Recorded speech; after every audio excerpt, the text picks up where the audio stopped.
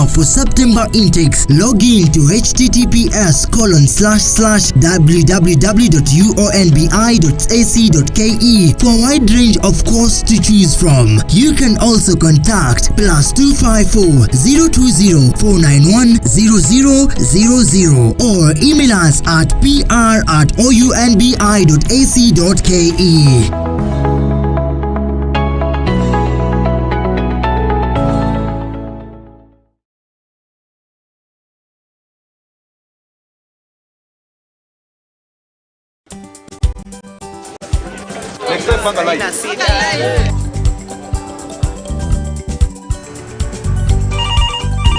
Tere, mambo ni mawili, kufikisha, kumwaga na kurudi. Kulala ni mwaka mpya.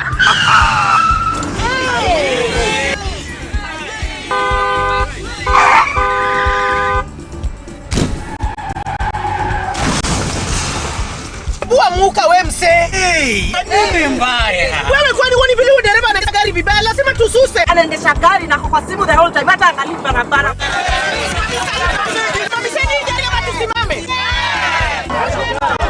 Wewe dereva wewe, mwaka iliyopita peke yake watu zaidi ya 3,000 walipoteza maisha yao barabarani kwa sababu ya tabia kama hizo.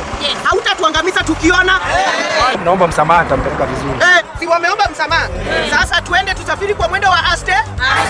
Dere Smart hufikisha abiria salama.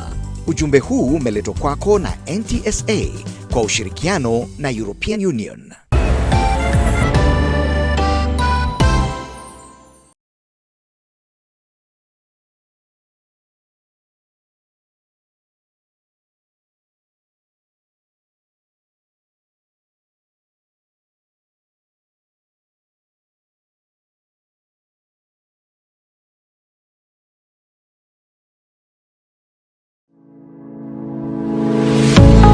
University of Nairobi is a distinguished institution of higher learning dedicated to nurturing your intellectual curiosity and pushing the boundaries of knowledge. From state-of-the-art laboratories to modern libraries equipped with the latest resources, we provide you with the tools you need to succeed. Choose from a wide range of programs designed to prepare you for challenges of tomorrow's world. Whether in STEM, humanities, business, or the arts, our strong industry connections and career service support will help you translate your education into meaningful career opportunities upon graduation. Join a vibrant community of scholars from around the world, fostering cultural exchange, collaboration, and lifelong friendships. Book your space now for September intakes. Log in to https://www.uonbi.ac.ke for a wide range of courses to choose from. You can also contact +254 020 491 0000 or email us at pr@ounbi.ac.ke.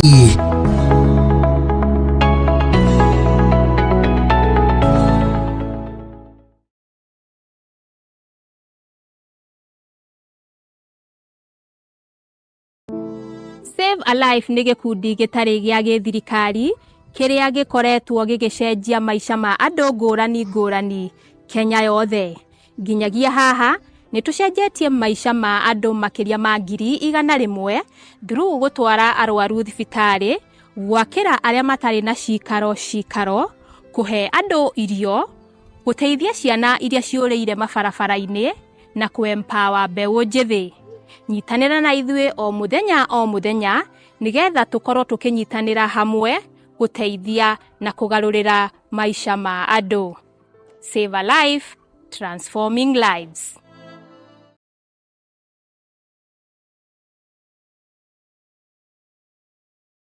Uri murimi munini na ni uravatara ngwatanĩro na nyũmba ya mohoro.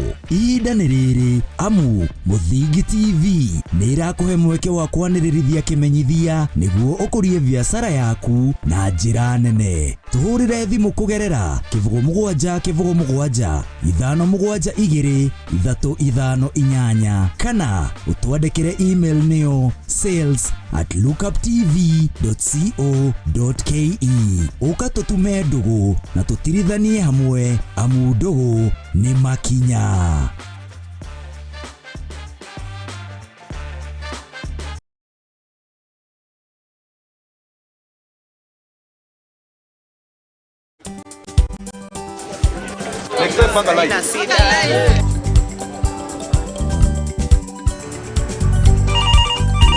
Tere, mambo ni mawili, kufikisha, kumwaga na kurudi. Kulala ni mwaka mpya.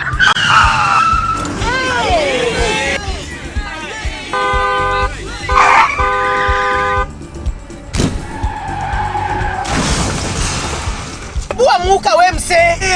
Nini mbaya? Wewe kwani wani vile dereva anaendesha gari vibaya, lazima tususe. Anaendesha gari na kwa simu the whole time, hata angalia barabara. Tusimame.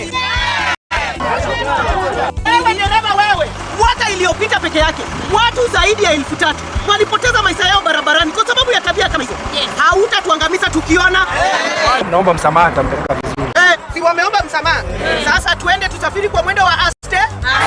Dere Smart hufikisha abiria salama.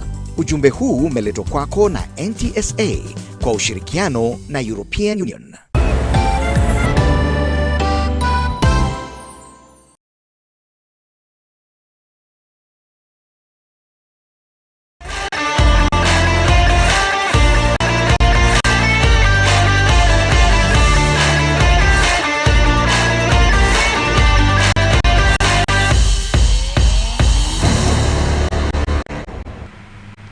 na nitwacokereria ikirekanirikia riria Metameta Cia Mathako haria ngorire ithikereka-ini riri tuko na mugeni witu haria tuko tukiarĩrĩria horo wigie mbĩtĩka gũkũ bũrũri-inĩ ona nja wa bũrũri.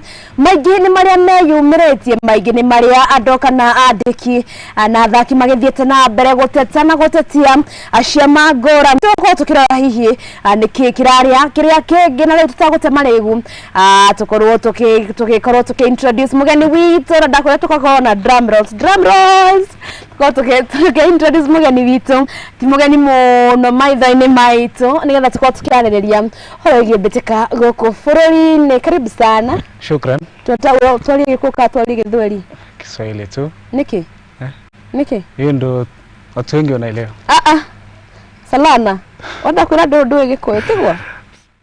Najaribu bwana, unajua angalau kitangamana na watu najifunza angalau salamu. Kwa hiyo salamu iwezi kashinda. Ndio. Haya, nataka usalimie watazamaji. Salana, you making me go through a hard time. Usalimie watazamaji, waambie wewe ni nani, unafanya nini, kwa huku kufanya nini, you know. Labda kwa si mara ya kwanza, mimi si mgeni sana, na labda kwa mtu ambaye ananitazama kwa mara ya kwanza, mimi ni Felix Solana, ni mwanahabari wa michezo, mpanda michezo. Kwa hiyo nimekuwa hapa kwa mara ya pili mwaka huu na nimefurahi. Umetaka kusema eti wewe ni mwana michezo. Okay, sawa basi. Solana, tumekuwa tukiongea na wewe. Ni nini tunaanzia na FKF? Hapo ndo kwanza kuna shida. Mtu Nick Mwendwa is supposed to leave the office. I think the end of this year anafaa kutoka ofisini, but Nick Mwendwa said hangatuki. Mwaka ile Kenya ilibaniwa, amesema yeye hakuwa uongozini na akasema kuwa that FKF yeye ndo atasema ile wakati yeye anataka kutoka. Habari yote tena pia nimeona amemulikwa na Murang'a Seals, wamesema that anakataza mtu kama Mohamed ule mkubwa wa Extreme Sport kuwa yeye ndo atakuwa kwenye kikao cha AGM ya hiyo FKF. Na yeye nani mkubwa wa Murang'a Seals amesema that Mohamed is the chairman of Murang'a Seals. What is happening in FKF?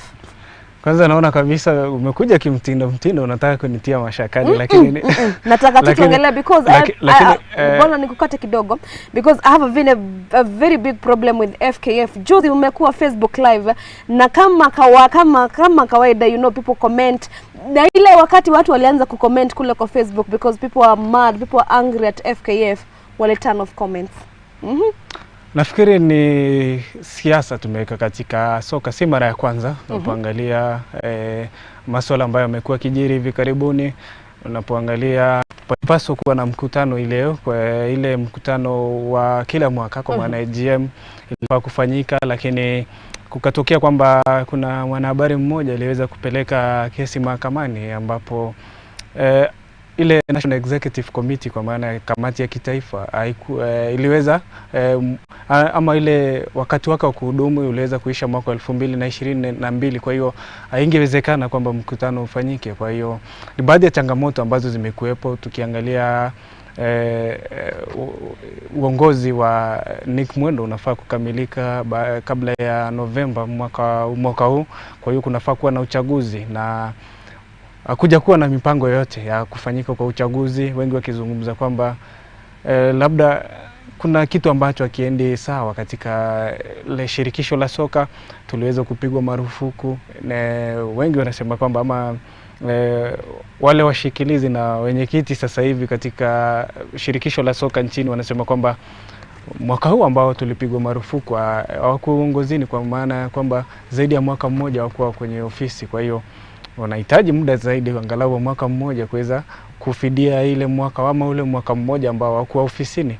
Kwa hiyo ni wingu jeusi ambalo nafikiri linafaa kuondoka, manake muhimu kabisa ni mchezaji, na kukiwa na mvutano kila wakati ni mchezaji ambaye anaumia.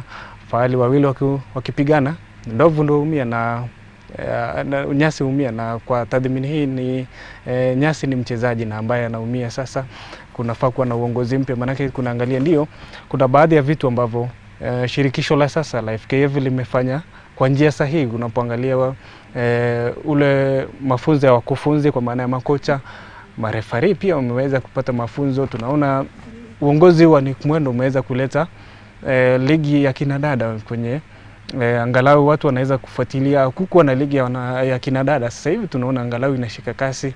Kwa hiyo mimi nafikiri kuna hatua ambazo tumepiga, lakini kuna hatua nyingine pia kwa upande mwingine tumeweza kurudi nyuma. Kwa hiyo ndo baadhi ya vitu ambavyo vimekuepo. Kama unaangalia pia ule mvutano baina ya Morangasil na shirikisho la soka awali, wiki iliyopita ule katibu mkuu wa shirikisho la soka kwa maana Barry Otieno waliweza kutuma barua kwa timu ya Morangasil kwamba baada ya kuwasilisha jina la Hussein Mohamed ambaye Morangasil wanasema kwamba yeye ndio naibu mwenyekiti wa timu hiyo, wakasema kwamba hawezi kuwakilisha Morangasil manake si member wa FKF. Kwa hiyo ni baadhi ya matatizo ambayo hatufai kuwa nayo sasa hivi. Tungekuwa tunalenga angalau kufanya uchaguzi ambapo tupate uongozi mpya katika shirikisho la soka nchini. Watu kunje wanasema that Barry Otieno ni kikaragosi ya Mwendo wa kuangalia yeye ndo kuna shida sana na Mohamed. Putting in mind that Mohamed anapigania kiti cha mwenyekiti wa FKF. What do you think about Barry Otieno? Kwa nini yeye ndo anakuwa mhusika mkuu kwa hii vita? Awali ya yote kwanza kabisa huyo Hussein Mohamed alisema kwamba hajatangaza popote kwamba anawania kiti cha FKF. Imekuwa ni madai tu kwamba anawania mwenyekiti wa FKF, lakini upande wa yule katibu mkuu Barry Otieno, manake tumeona kwamba hata mawasiliano mengi kutoka kwa FKF yamekuwa kijiri kutoka kwake. Kwa hiyo nafikiri si uamuzi wake binafsi. Kwa hiyo labda ni kitu ambacho kimefanyika katika shirikisho kwa ujumla.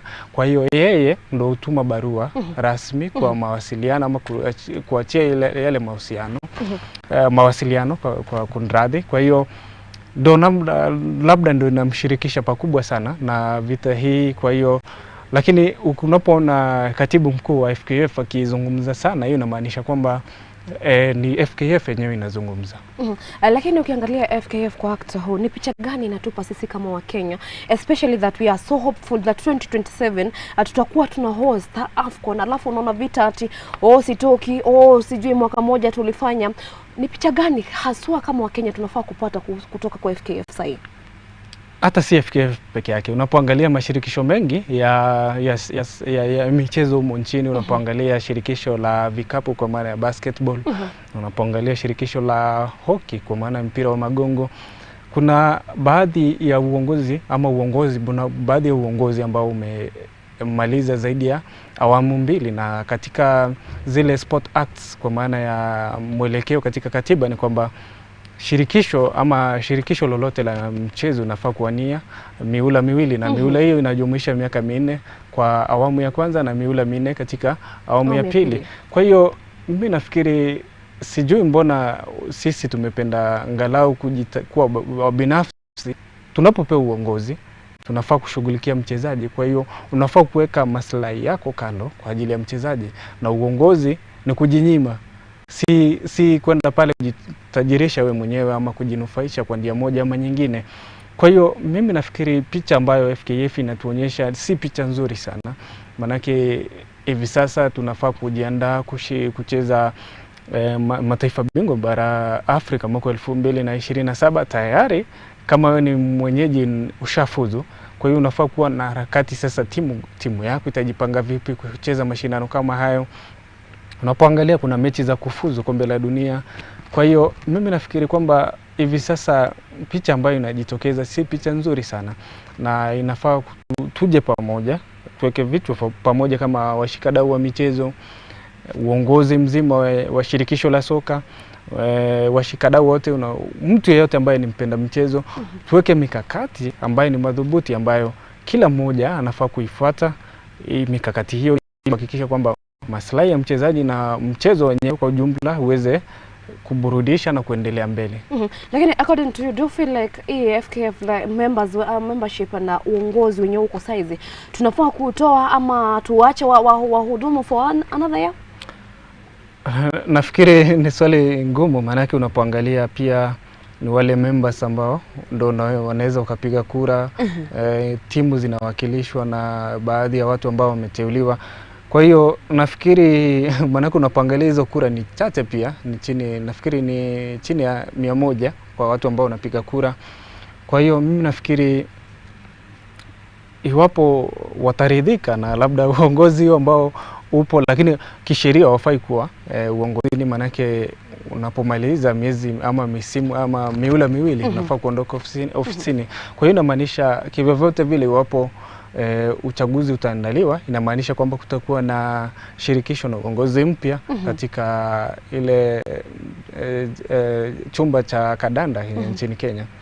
Leo I think kila kitu imekuwa vita. Haya, rugby, Kenya Rugby Union iliyo chini ya uongozi wa Sasha Mutai, pia nao members wamesema that they'll vote against him ndo amtoe mamlakani. Na Sasha Mutai pia ametoka na akasema that anapigwa vita because he has tried a lot kupigana na corruption. Kwa hiyo Kenya Rugby Union, what is your take about Rugby Union, putting in mind that when Sasha Mutai has been in office for 11 months now? I feel like what's your take about Sasha Mutai na members wake wa KRU? Mimi nafikiri apewe muda, manake unapoangalia ni takriban mwaka mmoja sasa uongozini, na nafikiri kwamba kuna vitu ambavyo wamefanya ambavyo ni vizuri sana. Unapoangalia kurejea kwa sevens, kurejea kwa Safari Sevens ambayo imekuwa haijakuwa kwa muda tangu mwaka 2019, kurejea kwa wadhamini kwa maana ya fadhili, kwa maana ya sponsors ambao walikuwa umejiondoa kabisa kujihusisha na masuala ya raga. Kwa hiyo inamaanisha kwamba kuna kitu ambacho amekijenga ambapo kimewavutia wale wahisani. Manake wewe kama ni sponsor uweze ukajitolea ama kuweka pesa mahali ambapo hapana ile uaminifu, kwa maana ya trust. Kwa hiyo inamaanisha kwamba kuna imani ambayo wale wadhamini wanayo kwa uongozi wa shirikisho la raga nchini kwa maana ya KRU. Tumeona ndio kuna hatua nyingi tumepiga, licha ya kwamba akiingia ofisini tulikuwa tumeondolewa kama taifa kwa ile Shujaa 7, tulikuwa tumeondolewa katika ile msururu wa raga duniani kwa maana ya HSBC World Series. Tumeona kuna harakati za kurejea. Hivi sasa Shujaa wanacheza mechi za misururu ile ya Challenger kuweza kuhakikisha kwamba wanarejea katika msururu wa raga duniani. Tumeona Shujaa wameweza kupata tiketi ya kufuzu kushiriki mechi za ama michezo ya Olimpiki mwaka huu kule Paris nchini Ufaransa. Kwa hiyo mimi nafikiri ni baadhi ya hatua ambazo tumepiga. Tukiona udhamini wa National Circuit kwa maana msururu wa raga nchini ambayo ilikuwepo mwaka uliopita.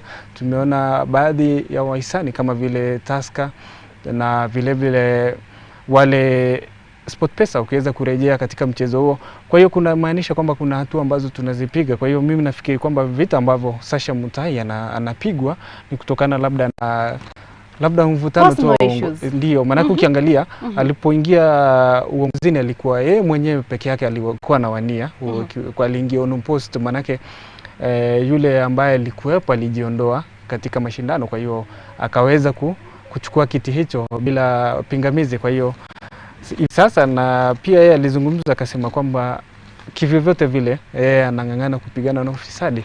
Kwa hiyo ni jambo la kungoja, lakini mimi kivyangu na si ati namtetea ama nina ukuruba na yeye kwa njia moja ama nyingine, bali ni ndio kuna vitu chini ya mwaka mmoja, kuna vitu ambavyo vimeanza kuonekana. Kwa hiyo mimi nahisi apewe muda zaidi.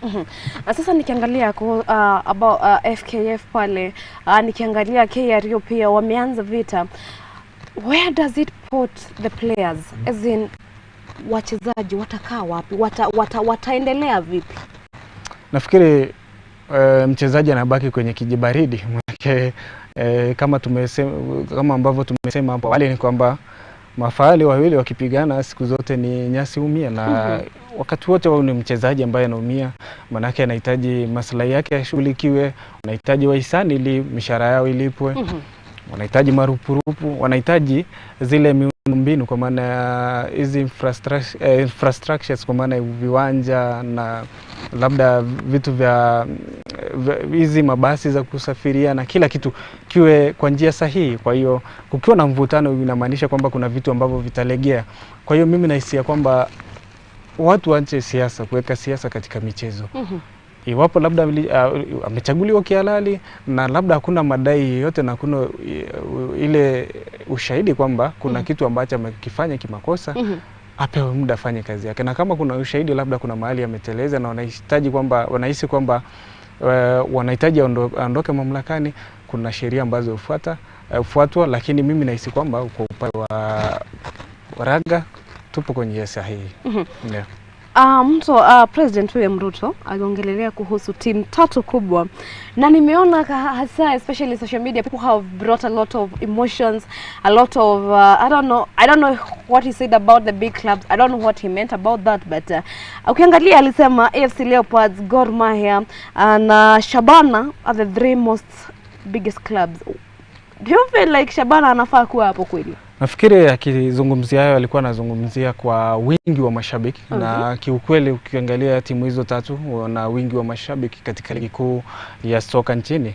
Kwa hiyo ni wazi kwamba iwapo ni kigezo cha mashabiki, basi ni Gor Mahia, AFC Leopards na Shabana. Ukiangalia AFC walikuwa wana celebrate 6 years of them being in existence. What's your take about their journey? As in, saizi wamekuwa kisuasua. I got that right. Wamekuwa kisuasua kwenye hizi FKFPL. Take about AFC being there for 6 years. What are the wins and what are the fails they have done? Kwanza si rahisi kuhakikisha kwamba klabu kimedumu kwa miaka 60. Kwa hiyo inamaanisha kwamba ndio juhudi zimekuwepo. Kuna watu ambao wameshikilia klabu wakati huo ikiitwa Balu FC. Kwa hiyo nafikiri ni hatua kubwa sana ambayo kupiga miaka ama kufika miaka 60 si safari rahisi. Imechukua miaka mingi, imechukua juhudi na nguvu nyingi sana kufikisha klabu katika viwango hivyo, na unapoangalia wengi wanazungumzia sasa hivi wao kuweza kurejea katika hali yao ya kawaida, kuweza kushinda ligi na vile vile kuwakilisha taifa katika mashindano ya mabara, kwa maana ya bara Afrika, kwa maana ya Confederation Cup. Mara mwisho walishinda taji la ligi kuu ilikuwa mwaka 1998, miaka nyingi sana. Baadhi ya watu walizaliwa miaka hiyo 25-26. Kuna wengi ambao na hiyo miaka tayari wana familia na ukiangalia AFC Leopards ni baadhi ya timu ambazo kweli ni timu kubwa humu nchini, ni timu ambayo ina mashabiki wengi. Kwa hiyo na nilikuwa nasikiza uongozi wao wakizungumzia sana kuweza kuhakikisha kwamba klabu pia inaweza kuwavutia wale wawekezaji kwa maana ya investors, licha kwamba inamilikiwa na mashabiki na jamii. Kwa hiyo mimi nafikiri ni jambo nzuri sana kwenda katika mkondo huo. Maana unapoangalia timu kama AFC Leopards, Shabana na Gor Mahia zimekuwa zikipitia changamoto kubwa sana ya kifedha. Kwa hiyo itakuwa ni njia mwafaka ama njia nzuri sana iwapo wataweza kuwavutia wale wadhamini na sponsors waweze kuingia katika timu, labda wanunue baadhi ya shares na ikuwe ndio wanamilikiwa kwa kiwango fulani na mashabiki. Maana timu ni ya jamii. Kuangalia hizo timu 3 na pia waweze kupata hela, manake hamna haja ya timu kuwa na inamilikiwa na mashabiki kwa jina tu, lakini hamna kipato. Mashabiki, wachezaji wanaumia. Kwa hiyo mimi nafikiri wakiwazia hilo itakuwa ni njia nzuri sana kwao wakiendelea mbele. Ukiangalia hiyo timu AFC Leopards, do you feel like ni kama wamefail juu mpaka saizi nilisikia Ruto akisema ana plan kuwajengea uwanja. Do you feel for 6 years these people should have their own stadium? Ni changamoto kubwa sana pia unapoangalia. Tulikuwa tunahesabu na baadhi ya wanahabari wenza kuhusiana na timu ambazo zina viwanja humu nchini. Tukagundua kwamba ni timu chache sana ambazo zina uwanja humu nchini. Unapozungumzia timu ambazo zinamilikiwa na Jamii, Gor Mahia, FC Leopards na Shabana, ni ngumu sana kujenga uwanja, si ile la mama. Kama unaona serikali yenyewe ina juhudi za ni ngumu kwa serikali kujenga uwanja. Je, ni timu ambayo inamilikiwa na Jamii, inamaanisha kwamba ni ngumu zaidi. Miaka 60 it's a lot of time. Wangenunua shamba hizo maenzi, wangekuwa saizi angalau wangekuwa angalau saizi wako na kwao. Lakini ukiangalia about the performance for those 60 years, how will you comment about AFC Leopards? Nafikiri wamejaribu. Unapoangalia wameweza kushinda nadhani mara 12 ligi kuu ligi kuu nchini. Kadhalika wanaitwa African Football ama Africa Football Club Sports AFC Leopards. Unapoangalia ndio kuna wakati ambapo walikuwa wanafanya vizuri katika mechi za shirikisho ama mechi zile za mashirikisho bara Afrika. Kwa hiyo mimi nafikiri ndio wamefanya vizuri, lakini wanahitajika kufanya vizuri zaidi, manake mashabiki wakati wote huwa wanahitaji matarajio yao hiyo ni mengi sana, haswa ukilinganisha ni timu ambayo inamilikiwa pakubwa na mashabiki na ina mashabiki wengi humu nchini. Haya, tukinokeza AFC Leopards tuende kwa Chapa Dimba, ambapo Chapa Dimba finali ya Nairobi itakuwa ina happen leo na kesho kule ugani Dandora. Salana nikukana wewe, nimesema ugani bwana. Atakuwa anachezea kule Dandora Stadium. What's take about Safaricom imekuja imefadhili michezo, imekuja imeamua sasa sisi ndo tutasupport vijana. What's take about that? Tunapozungumzia Safaricom, Chapa Dimba ni mchezo ambao umekuwepo kwa muda mrefu. Ni mchezo ambao umekuza wachezaji wengi. Unapozungumzia kina Umala waliweza kuonekana katika mashindano hayo.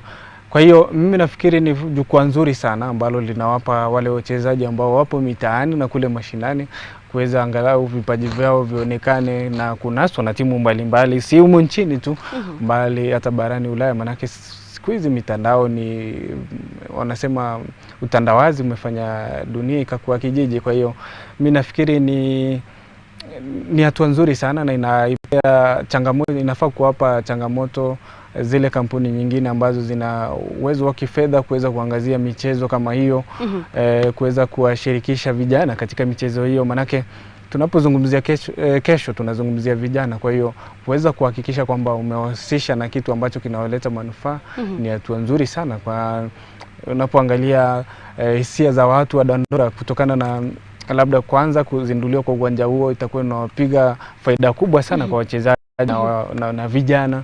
Unapozungumzia mashindano hayo kuweza kuandaliwa katika eneo hilo. Kwa hiyo mimi nafikiri Safaricom wanafanya hatua nzuri sana kuhakikisha kwamba vijana wameweza kupewa uwezo mkubwa sana wa kuweza kukuza vipaji vyao, manake sisi wengine kama sisi hatukupata fursa kama hiyo ikafanya tuseme kwamba huu mchezo wa soka utusaidii popote. Solana ulikuwa unataka kucheza kweli? Did you ever? Nilikuwa beki hatari sana. Wena Beckham. Beki hatari sana. Umesema na David Beckham. Wengi walikuwa wananifananisha wakati huo na Patrice Evra. Salana hapana.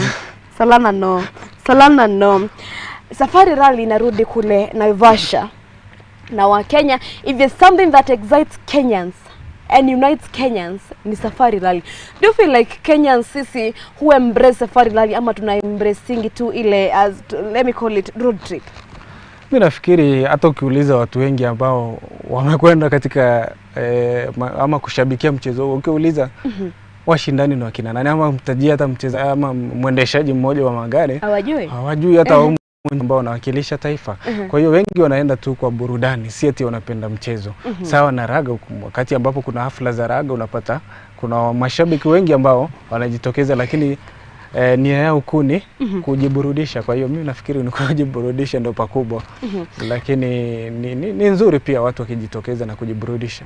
Ukiangalia mtu ama minister wa michezo Babu na Mwamba amekuwa akisema kuwa yeye lazima atakuwa kwenye mstari wa mbele kwa kuwa na support hizi games za Safari Rally which they have been here for 30 years now. Ukiangalia Sifa Matters walikuja wakasema sisi tunapeana milioni 30 na hizi games zikuwe zikiendelea. What's your take about, nataka unijibu swali na clauses. Yes, moja, how does Safari Rally help the country? 2, how does it help the county ya Nakuru? Na 3, inasaidiaje wachezaji uendeshaji hizo magari? Kwanza kabisa unapozungumzia kusaidia taifa, kwanza Kenya inawekwa kwenye ramani ya dunia kwamba ni baadhi ya mataifa ambayo yanaandaa mashindano ya viwango hivyo. Maanake unapoangalia wale madereva ambao ni watajika duniani wanaweza kuja hapa na kushindana na waendeshaji wa magari wa humu nchini, na vile vile kuja humu nchini pia labda kuna ni njia moja ya kuweza kuuza Kenya kwamba kuna labda mbuga ya wanyama pale ukipitia Naivasha pale kuna mbuga ya wanyama unapatana na labda twiga, unapatana na simba pale kwenye si kawaida yao. Wazungu pia wanakuja pale na pia wanatalii na labda huenda wakarejea baada ya mashindano hayo. Kwa hiyo ni njia moja ya kuweza kuhakikisha kwamba Magical Kenya ama ile Kenya ambayo imebarikiwa kweli kweli imeweza kuonekana duniani. Pili ni kwamba katika kaunti ya Nakuru pale Naivasha ni kwamba kiuchumi watu wataokota senti, manake mahali kule ambako watu watalala wataweza kulipa mahoteli. Cha pili kwamba ndio watu wakikusanyika pamoja inamaanisha kwamba watu tumia hela. Kwa hiyo kule ambako watu watalala, kile kitu ambacho watu watakula itakuwa ni manufaa zaidi kwa Naivasha na kwa ujumla kaunti ya Nakuru. Na unapozungumzia wachezaji ni kwamba wachezaji wa Kenya, unapozungumzia baadhi ya wachezaji kama Nikhil Sashania, unapozungumzia Karan Patel, baadhi ya wachezaji ambao ni mwendeshaji magari nambari 1 barani Afrika, watapata nafasi sasa ya kujilinganisha na wale madereva ambao ni wa viwango vya ama wanatajika duniani. Unapozungumzia wakina Roven Pera. Kwa hiyo mimi nafikiri itakuwa ni njia nzuri sana baadhi ya wachezaji kuweza kusoma ni wapi ambapo wanahitaji kurekebisha, ni wapi ambapo wanahitaji kufanya juhudi zaidi, na ni wapi ambapo wapo sawa. Kuna msichana pia amekuwa missing in action. Jina yake sijui mbona inanitoka. Ule mwenye alihusishwa na kifo cha mpenzi wake alikuwa aitwa nani ule? Jina linatoka kidogo, lakini alikuwa baadhi ya waendeshaji magari tajika nchini. Kwa hiyo lakini do you feel it's time for her to come back? Nafikiri ni jambo ambalo linahisia mseto. Kwa hiyo si vizuri sana kuingilia swala hilo. Maana kuna wengi wanasema wanafaa kurejea, kuna wengi ambao wanasema kuna mashtaka ambayo anahitaji kujibu. Kwa hiyo ni swala ambalo lina hisia mseto. Kuhusu ambapo ufadhili wa Safari Rally, do you feel like it's the most sponsored game in this country? Maanake unapozungumzia mashindano ya World Rally Championship inamaanisha ina dunia nzima. Kwa hiyo ni kama labda upande wa soka ni kama ulete kombe la dunia nchini. Kwa hiyo lazima kuwe na ufadhili mkubwa sana. Na ndio linahitaji, maanake ni jambo ambalo lina dunia. Kwa hiyo linahitaji hela, si lele mama, linahitaji watu kutoa mifuko zitoboke kweli kweli. Kwa hiyo mimi nafikiri ndio linahitaji pesa, maanake pia unapoangalia ni kitu ambacho kinafanyika mara moja kwa mwaka. Kwa hiyo mimi sina pingamizi na uwekezaji wa uendeshaji wa magari kwa maana ya World Rally Championship. Over the years I feel like ni wakati tubadilishe stage, as in tumepeleka Naivasha sana. Do you feel it's time now we navigate through other areas? Nafikiri ni wazo nzuri sana, maanake kuna mahala pengine ambapo labda angalau watu wabadilishe mazingira kidogo, maanake huwa muhimu sana unapoangalia kule northeastern, maana ya kaskazini huko kusini kaskazini huko kuna pia mandhari mazuri sana ya kuweza kuendesha magari. Unapoangalia maeneo labda kama Mera, unapoangalia Majia ama Isiolo, ni baadhi ya maeneo ambayo yanaweza kaandaa mashindano hayo. Kwa hiyo ni waandalizi waweze kuwazia jambo kama hilo, kwamba wabadilisha angalau mazingira kidogo, isiwe ni sehemu moja, angalau kuwe na utofauti kidogo.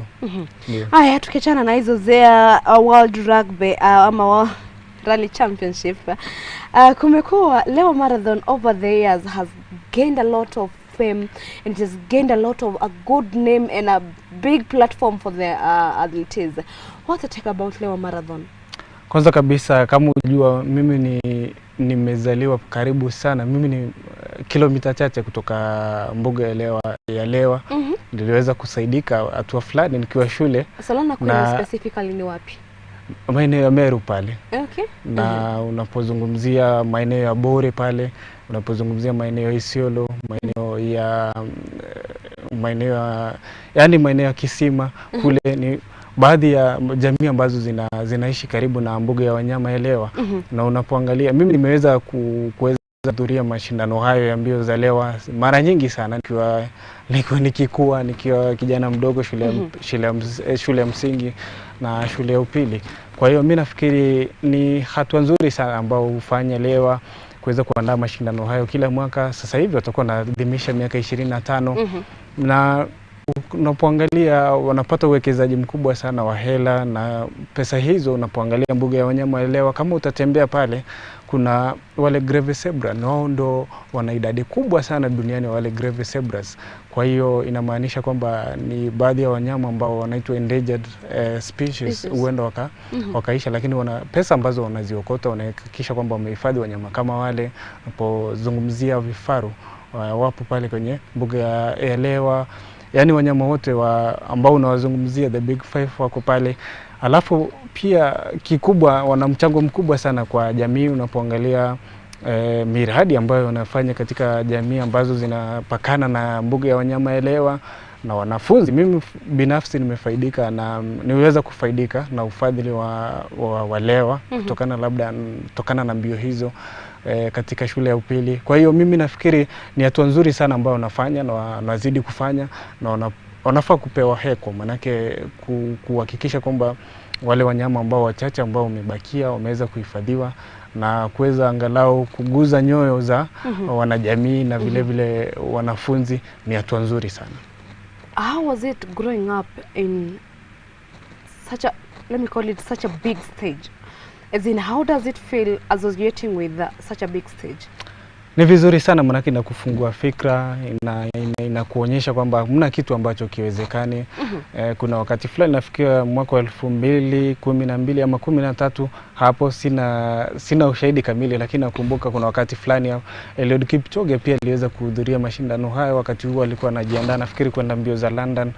Kwa hiyo mimi nafikiri pia inapewa jukwaa wale wanariadha ambao ni watajika na ni wakubwa humo nchini kuweza kujiandaa katika mashindano mbalimbali. Licha ya kwamba mimi nafikiri pia waweze kuweka mbio hizo katika ratiba za AK, kuweza kuhakikisha kwamba pia wale washindani ambao wanatokea pale waweze kupewa nafasi labda kuwakilisha taifa. Ndio. Haya, kuna story pia kuna watu bado hatujongelelea sana, tukiondokea za marathon kidogo, hatujongelelea sana gofu. Kwa Kenya, Magical Open ilifanyika, hakuna Mkenya yote alifika kwenye cut. What really happened? Nafikiri ni sia ambazo si vizuri sana, labda vile ambavyo sisi tulihisi kama Wakenya. Hivyo wao wale wazungu huhisi wakati ambapo wanariadha wetu wanakwenda kule wanashinda. Kwa hiyo unapoangalia Magical Ladies Open kule Vipingo, hamna mwanadada ambaye aliweza kuvuka hii kizuizi hicho cha kuweza kuingia katika angalau mahali ambapo unapokea senti kwa wanaume sawa na hilo. Unapoangalia mwaka uliopita kuna Mkenya mmoja jina linatoka, nafikiri Kabugi aliweza kuingia, ndio aliweza kuingia katika awamu hiyo ya kushindania fedha lakini mara hii mambo imekuwa magumu. Kuna Mganda mmoja kwa mara ya kwanza aliweza kuingia kwenye hiyo cut, kwa maana ya Mwapanya aliweza kuingia kwenye yani inamaanisha kwamba kuna mambo ambayo yanabadilika kidogo, lakini mimi nahisi kwamba tuweze angalau kuwekeza pakubwa sana kwa wale wanagofu ambao wanakuwa, na kuna juhudi ambazo zinaendelea, na tuweze kuhakikisha kwamba tunalea sana wale professionals ambao wataweza kuwakilisha taifa. Si kwa Magical Kenya Open peke yake, kuna mashindano mengi sana hata nje ya taifa ambayo wataweza angalau kujiandaa na kuweza kushiriki mashindano hayo. Angalau kuwe na Mkenya ambaye atakuwa miongoni mwa 10 bora. Unapozungumzia Afrika, South Africa, kwa maana Afrika Kusini wanafanya vizuri sana katika mchezo wa gofu. Tunafaa kwenda kule tuangalie nini ambacho wanafanya ambacho sisi hatufanyi, tuweze kuleta huku, na pia tuweze kuimarisha kiwango cha mchezo huo. Lakini mimi naamini kwamba tuna wana michezo wengi sana, lakini mikakati ndio inafaa kuwepo ili wachezaji hao kuweza kufikia viwango vya kimataifa. Unaweza jereta ama unaweza retaje golf kwa kiteho ambapo imekuwa ni kama kidogo growth kidogo imeanza kukua haraka sana. What's the take about growth ya golf size kwa hii country? Nafikiri inakuwa pakubwa. Unapoangalia hivi sasa hata ile misururu ya gofu ya KCB yanaendelea. Kuna baadhi ya benki kama NCBA ambazo zinawekeza pakubwa katika mchezo wa gofu. Kwa hiyo mimi nafikiri ni hatua nzuri sana, lakini kama vile ambavyo vimesema ni kuwekeza pakubwa sana kwa wachezaji wachanga, kwa maana wale amateurs na junior golfers, kuweza kuhakikisha kwamba miaka ijayo tusiangalie leo tu, tuangalie labda ndio tunaweza tukashindwa kwa miaka 2, 3 hadi 5 ambayo inakuja, lakini kuanzia hapo tuwe na mifumo zaidi ambapo Kenya itakuwa kwenye ramani ya dunia katika muda mrefu. Na pia kitu ambacho labda naweza changia ni kwamba angalau kuna hatua ambazo zinawekwa angalau kuhakikisha kwamba wakina dada pia hawajaachwa nyuma katika mchezo huo, na fikiri wawekeze zaidi kuhakikisha kwamba kina dada wetu pia wameweza kuingia katika ile viwango vikubwa sana. Tunangependa kuona labda mwaka ujao Kenya Magical Open wakina dada hata kama tuseme 5, kwani kuna nini, waingie Kenya hiyo cut waweze kupata hela sawa na wanaume. Kwa hiyo mimi nafikiri tuweze kusoma jinsi ambavyo wenzetu, tusiende mbali, tuende pale Afrika Kusini tuweze kusoma. Na ndio kuna kampuni mbalimbali ambazo zipo radhi kuweza kuwekeza katika mchezo huo. Tukiondokeza golf ambapo I believe saizi mtu anaitwa Karanga is preparing, anafaa kwenda country ya US. Is supposed to go play golf there, and ameenda kutayarisha sana ameenda kufanya exercise kule Mombasa, and we are hoping that atafanya fitting. I expected him to shine pale kwa Magical Open, lakini ni kugumu huku nje. Haya, kabadi, timu ya kabadi wameanza kujitayarisha pale, wamesema African Games zinachezwa pale Kasarani. What's the take about kabadi team? Mimi nafikiri ni maandalizi tu, swala la mzima la maandalizi, ingawa si mchezo ambao unafuatilia kwa muda mrefu, lakini baadhi ya michezo ambayo inakuwa kwa kasi zaidi humu nchini. Unapoangalia timu ya taifa sasa hivi inajiandaa kuweza kushiriki mashindano hayo ambayo yatakuwa yanaandaliwa katika uga wa kimataifa wa Kasarani, ule uwanja wa ndani.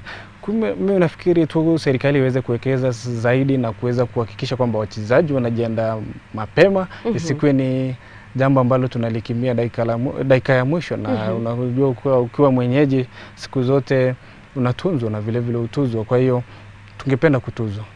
Haya, na sasa nataka tuondokee kuhusu sasa country, because it's been a lot that has been happening. Sasa nataka tuangalie FA Cup ambayo inachezwa leo. Man City wanapatana, ambapo club ya Manchester City watakuwa pia wakicheza. Nataka tukipokea ndo tuangalie nani anakaa kushinda yule mwingine, nani anakaa kutolewa kwa hii FA Cup, ambapo mwelekezi wangu, my able director, tuanyenyekea tupokee FA Cup. What's the take about FA Cup before tupokee kitu kinaitwa fixtures? Unapozungumzia kombe la FA, huwa ni kombe ambalo wengi wanasema ni kombe ambalo ni mpya unapewa na ina hela pia. Kwa hiyo kila timu hapo inajitahidi angalau kuweza kulitoa taji hili. Wapangalia bado kuna mibabe pale, Manchester City, Chelsea, Man United, Liverpool, Newcastle pia ni si wachache. Kwa hiyo inamaanisha kwamba kinyang'anyiro cha mwaka huu finali itakuwa moto zaidi. Haya, Wolves watakuwa wanapatana na Coventry. Nafikiri itakuwa mchuano mgumu sana kwa Wolverhampton, jinsi ambavyo unavyoangalia katika ligi kuu nchini Uingereza, jinsi ambavyo wanacheza mechi zao hivi sasa, na unapoangalia Coventry pia wao si wabaya sana katika nafikiri ya division ya kwanza. Kwa hiyo mimi nawapa upato Wolverhampton kuweza kuwapiga wale Coventry na kuweza kuingia katika awamu ya nusu finali ya kombe hili. Ndio. Manchester City pia watakuwa leo wanapatana na Newcastle. Mchuano mgumu unapoangalia Newcastle United hadi sasa nafikiri nafasi ya 10 katika ligi kuu, jedwali la ligi kuu nchini Uingereza, na hivi sasa nafikiri itakuwa ngumu kwao kuweza kuingia katika UEFA Champions League, kwa maana klabu bingwa, kombe la Europa. Iwapo watajitahidi zaidi waenda wakaingia katika mashindano yale ya UEFA Conference League. Kwa hiyo mimi nafikiri watakuwa na tuma kila aina ya mashambulizi na kila aina ya silaha za vita kwa Manchester City. Lakini unapoangalia mkufunzi Pep Guardiola, mimi wanasema kwamba baada ya mkufunzi Sir Alex Ferguson, huyu mkufunzi ni baadhi ya wakufunzi ambao ni wazuri sana. Baada ya Alex Ferguson unapoangalia mataji ambayo amenyakua, ni Alex Ferguson tu peke yake ambayo ameweza kumshinda kwa idadi ya mataji, na bado ni mchanga.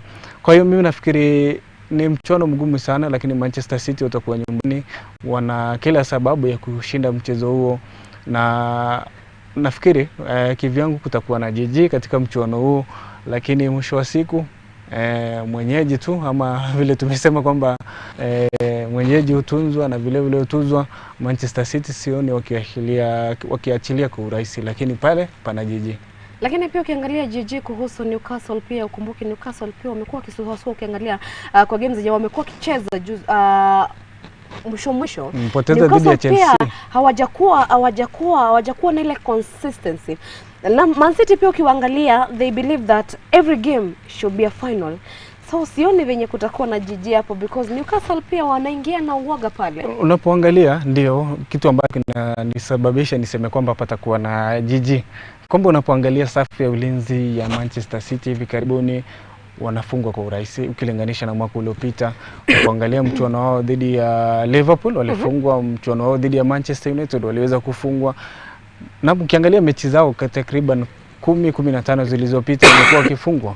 Kwa hiyo inamaanisha wanaweza kufungwa. Maana unapoangalia ushambuliaji wa timu ya Newcastle United, unapoangalia Isak pale ni mchezaji mzuri, unapoangalia Callum Wilson, nafikiri Gordon aliumia mchuano wa Chelsea, kwa hivyo atakuwepo, lakini na imani kwamba ushambuliaji wa Newcastle United unaweza kutikisa safu ya ulinzi ya Manchester City, ingawa tu ushindi utasalia kwao, lakini patakuwa na jiji. Maana ushambuliaji wa Newcastle United una uwezo sawa na safu ya ulinzi ya Manchester City kunradhi, ambayo inatoboka kwa urahisi sana, lakini pia safu ya ushambuliaji Erling Haaland, Alvarez, Foden wanafanya vizuri zaidi.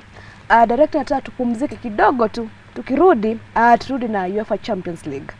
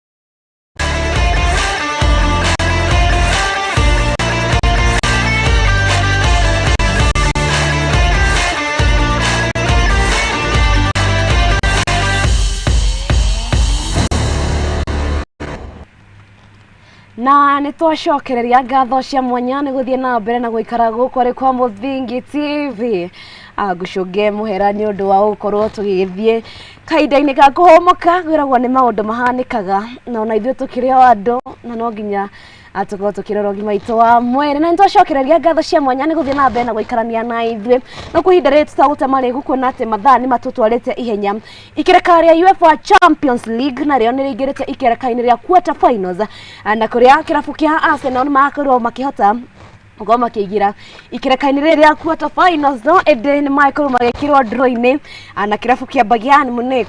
Salana ukiangalia Arsenal wamewekwa na Bayern, history yake says that Bayern wanawachapanga kidogo sana 5. Mara ya mwisho nafikiri ilikuwa mwaka 2015-16 wakati huo mkufunzi wa Arsenal Mikel Arteta alikuwa nahodha wa timu ya Arsenal na ndo mara ya Arsenal walikuwa klabu bingwa wa bara Ulaya. Waliweza kubatizwa na moto na Bayern Munich, jumla ya magoli 10-2 kwa home and away, magoli 5-1, magoli 5-1. Lakini unapoangalia Arsenal ya msimu huo na Arsenal ya sasa imeweza kuimarika. Arsenal ya sasa ukilinganisha na wakati huo na Bayern Munich, sio Bayern Munich kwa wakati huo ambapo walikuwa na nafikiri wakina Ribery, wakina yule Molanzi, nafikiri ilikuwa na wakina Phil Lamp wakati huo, ilikuwa na wakina Neuer kama mlinda lango ambaye nafikiri amerejea. Kwa hiyo lakini Muller bado alikuwepo. Kwa hiyo mimi nafikiri ni kibarua sana kikubwa kwa Arsenal kuhakikisha kwamba waona iwapo Arsenal ndio wana uwezo mkubwa sana kuweza kushindana na vibabe wa bara Ulaya. Unapoangalia Bayern Munich wameweza kutolewa katika ile kuwania klabu ama kwa taji la Bundesliga, manake alama 10 nyuma ya Bayern Leverkusen. Kwa hiyo inamaanisha kwamba ni kama tayari imewatoka. Unapoangalia wametolewa katika taji ile la FB Pokal, ile kombe la FB Pokal kule Ujerumani. Kwa hiyo kitu ambacho ambacho wanahitaji sasa hivi na vita vyovyote ambavyo wanavyo sasa hivi ni klabu bingwa bara Ulaya. Na unapoangalia historia ya Bayern Munich katika klabu bingwa wamekuwa ni wazuri sana. Na unapoangalia Arsenal wajakuwa wazuri sana. Manake mara ya mwisho wao kuwa kwenye robo finali ilikuwa mwaka 2010. Miaka nyingi sana, hata sikumbuki nilikuwa wapi wakati huo. Lakini nafikiri miaka nyingi sana wakati huo. Kwa hiyo itakuwa ni fursa nzuri sana iwapo Arsenal wanataka kushinda taji la klabu bingwa. Nafasi ya kwanza ni kupigana na wao mibabe wa Bayern Munich. Atletico Madrid pia waliekwa na BVB. Kumbuke BVB wamempata Sancho na amekuwa akifanya vizuri sana kwenye hiyo michuano. What do you think about Atletico Madrid wakikutana na Dortmund? Nafikiri wale wawili nafasi zao ukilinganisha viwango vyao hivi sasa nafikiri ni sawa tu. Maana unapoangalia Atletico Madrid hivi sasa katika ligi ya La Liga wanawania angalau kubakia katika nafasi 4 bora waweze kucheza klabu bingwa msimu ujao. Unapoangalia Dortmund vile vile wanangangania angalau kumaliza nafasi kama 4-3 bora katika ligi ya Bundesliga. Na unapoangalia jinsi ambavyo walifuzu pia Atletico Madrid, unakumbuka waliwatoa wale Inter Milan kupitia mikwaju ya penalty. Memphis Depay akifanya miujiza dakika za mwisho na kusababisha mchezo huo kwenda katika mikwaju ya penalty. Ikakuwa ni siku mbaya ofisini kwa Inter Milan. Nao Dortmund wakawatoa PSV Eindhoven ambao waliweza kutengeneza mashambuliaji mengi, ama ushambuliaji wao ulikuwa butu, maana walitengeneza zile attacks kwa wingi lakini hawakuweza kuconvert ziwe mabao. Kwa hiyo mimi nafikiri ni mchuano mgumu sana kwa wao wawili. Kwa hiyo atakayeamka vizuri huenda kabeba siku hapa. Haya, mchezo ulio mzito ni kati ya Real Madrid na Manchester City. Manchester City ndio defending champions kwa wakati huu. Do you feel like watakubali iende? Nafikiri wengi wanasema kwamba mshindi wa klabu bingwa bara Ulaya msimu huo utakuwa anatoka katika mshindi wa mchuano huo. Na ukiangalia vizuri watakayeshinda mchuano wa Real Madrid na Manchester City ana uwezekano mkubwa sana, ama wanakutana na Arsenal dhidi ya Bayern Munich. Kwa hiyo inamaanisha kwamba itakuwa ni kufungua mwanya mkubwa sana. Manake pale unapoangalia Real Madrid nafikiri wamekuwa kuwapiga Manchester City mara kadhaa. Nafikiri Pep Guardiola hatakubali kwa urahisi msimu huu kuweza kupigwa na Real Madrid. Wana vijana wachanga sana, unapoangalia wachezaji kama Kamavinga, unapoangalia Vinicius Junior, unapoangalia Jude Bellingham, unapoangalia Rodrigo, ni baadhi ya wachezaji wazuri sana. Sawa na Manchester City, Erling Haaland baadhi ya wafungaji bora, klabu bingwa na magoli 6, sawa na Harry Kane. Kwa hiyo inamaanisha kwamba hapa patakuwa ni kushindana nguvu, si kwa wachezaji bali ni mkufunzi, nani atakuwa anacheza karata zake vizuri. Ndio. Haya, wana PSG pale watapatana na Barcelona. Pia kwa level moja, unapoangalia PSG wanafanya vizuri katika ligi ya French Ligue 1, lakini unapoangalia ligi yao na ni kama imekuwa hawana washindani. Unapoangalia Monaco wamekuwa kisuasua, ambao walikuwa wale ambao wana uwezo mkubwa sana, walikuwa na uwezo mkubwa sana kuweza kuwadhibiti au PSG. Kwa hiyo inamaanisha kwamba Barcelona pia haijakuwa na msimu mzuri. Mimi ni shabiki wa Barcelona. Unapoangalia mkufunzi Xavi Hernandez anaondoka mwishoni mwa msimu. Nafikiri taji la Liga lishamtoka. Kwa hiyo mimi nafikiri na pia aliweza kupoteza nafikiri Copa del Rey dhidi ya Real Madrid. Kwa hiyo pia yeye kitu ambacho ataweza kujitetea nacho, manake ni baadhi ya wachezaji ambao tunasema legends katika timu ya Barcelona. Kwa hiyo atakuwa anajitetea sana na mchono huu. Pia Kylian Mbappe atakuwa na angalau kuhakikisha kwamba amefika mahali katika shindano hili, manake ni nafikiri hata kwake kuondoka kwake kwenda Real Madrid ni klabu bingwa. Ndio. Lakini Barcelona Xavi akitoka, do you feel like kutakuwa watarudi ile Barcelona yenye ilikuwa inatandikwa na kila mtu? Nafikiri hata ukiangalia Barcelona haijakuwa vizuri sasa hivi, manake kuhusiana na zile sheria za kifedha, kwa maana ya financial fair play ambayo imekuwepo. Ndio maana unaona kwamba Barcelona inaendea wachezaji wengi ambao wako free kwa market, ambao wanatumia pesa kidogo, na ambao zungumzia wakina Frankie Kessié ambao walikuwepo Barcelona. Unapoangalia Gundogan aliingia kama free agent. Kwa hiyo inamaanisha kwamba walikuwa na changamoto ya kifedha kutokana na ile financial fair play. Hata kuachilia wao kwao Lionel Messi kwa kuridhia kwao, manake walikuwa na ile financial fair play, waliogopa kwamba wangeendelea kuwa na mchezaji huo katika timu hiyo huenda ingeharibu mambo, manake mshahara ambao unalipwa, na pia walihitaji kuweza kuhakikisha kwamba wameweza kuweka imara safu zingine. Lakini unapoangalia sasa hivi Barcelona ndio wana future mzuri sana, mpaka unaangalia baadhi ya wachezaji ambao wanatokea akademia Yamal. Unapoangalia Yamal, unapoangalia Pedri wametokea akademia, unapoangalia Gavi, unapoangalia Kabarski, baadhi ya wachezaji wazuri sana unapoangalia. Kwa hiyo inahitaji muda zaidi, lakini pia wanahitaji mkufunzi ambaye ataweza kuhakikisha kwamba anaelekeza timu vizuri, na pia wapige usajili, kwa maana ukichanganya vijana wadogo na wale wachezaji ambao wana tajriba, inamaanisha kwamba unapata matokeo mazuri. Haya basi, hapo ndo tunakafunga. Nataka tuangalie sasa kamera tukafunge. Twendete. Shukran sana Wamboi kwa kunialika kwa kipindi hiki. Mimi sasa nafikiri nimekuwa mwenyeji. Sasa mimi si mgeni tena. Nashukuru sana, huwa ni raha sana kufanya kipindi nawe na kutangamana na mashabiki wa Mudhingi TV. Kwa hiyo mimi nafikiri tuweze kitu ambacho huwa tunasema kila siku ni kuweza kupenda vitu vyetu, tuweza kushabikia ligi yetu, timu zetu za taifa, lakini pia viongozi kwa upande wao waweze kuwajibika pakubwa. Lakini mimi Manchester United kesho watafanya vizuri na dhidi ya Liverpool. Rekodi zinasema kwamba kati ya mechi 18 Manchester United wameshinda 10, Liverpool wameshinda 4 na draw 4. Kwa hiyo Manchester United wana mkono watania, kwa maana mkono wa kulia kuweza kushinda mashindano hilo. Kwa hiyo tuko tunangoja weekend itakuwa vipi, maana yake kuna mechi mbalimbali, kuna FA, kuna ligi kuu nchini Uingereza. Tuko tunangoja kama yule ndovu kwa maana ya tembo Arsenal atashuka mara hii wataweza kubakia kule juu. Kwa hiyo mimi nashukuru sana. Mimi ni Felix Solana, mwanaspoti, mwanahabari wa michezo na mpenzi wa michezo. Okay.